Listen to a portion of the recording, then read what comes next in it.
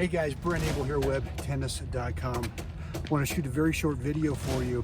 And the reason is I want to show you the exercise that I do a couple times a week to help me visually track a moving tennis ball a whole lot better. And look, one of the big challenges we have in tennis is that number one, visually we got to track, right? We got to make good visual contact with a moving tennis ball.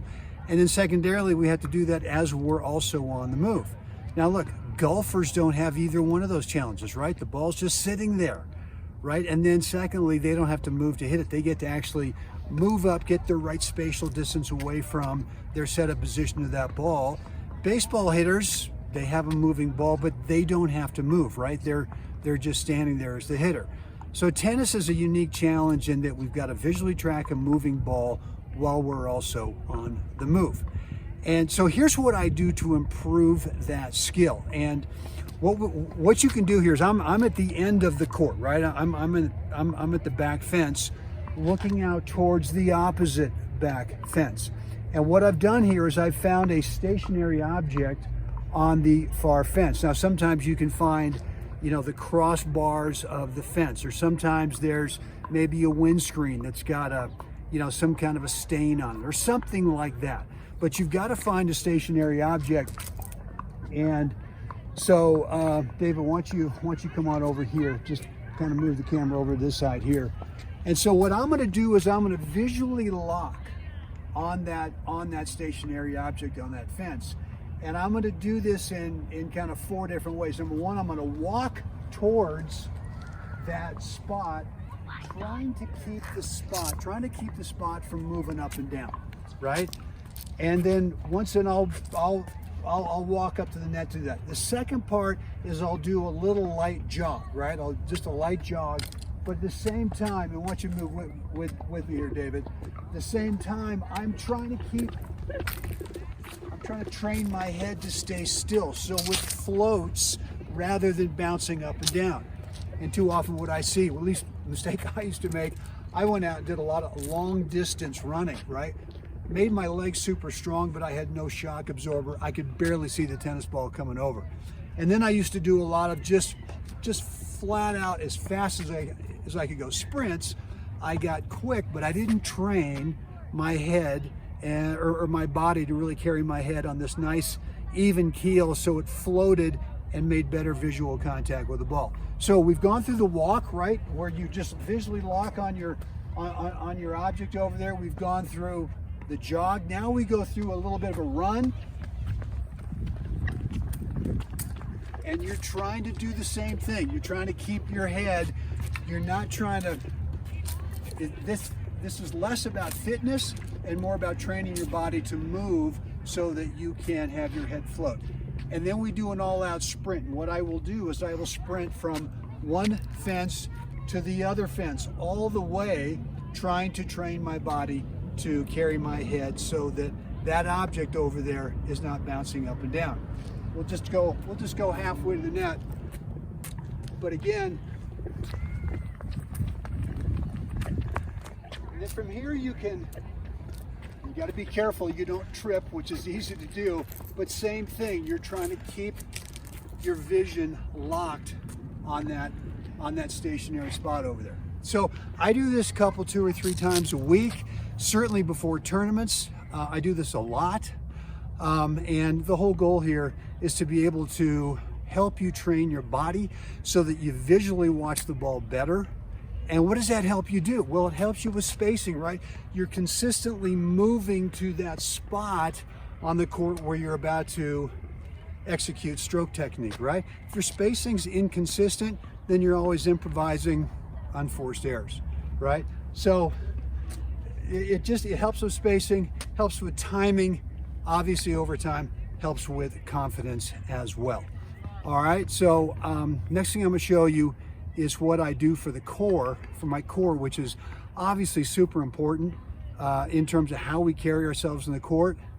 One of the things that you might think about is whether you're playing a practice set or you're drilling or you're doing any kind of, even if you're walking around at home, here's what you can do is, I love to do this where, like after a point's over, my practice partner here, I'll be walking over to pick up the tennis balls, and I'm going to just crush the core, right? I'm just going to squeeze it as tightly as I can with really good posture. I don't want to be hunched over, don't want to be, really kind of crushing the core, but I want really good posture, and I'm just going to tighten up the abs as much as I possibly can for like a 10 count, right? 1, 2, 3, 4. In the beginning, what you'll do is you'll hold your breath, and eventually you'll learn how to be able to go. You can simply walk around, really tighten your core, and you'll be able to figure out how to breathe through that for 10 count, 15 count, 20 count, whatever you want.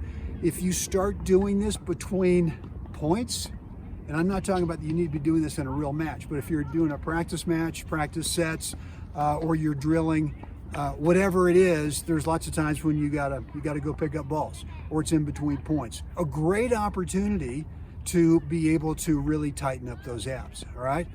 Let me show you now what I do in terms of some other core training as well. So the next thing I do after I do my sprints, where I'm really trying to work on making better visual contact with the ball, is I do some core work, right? And we talked about how you can just between points, how you can just crush the abs and just make that core tighter and stronger.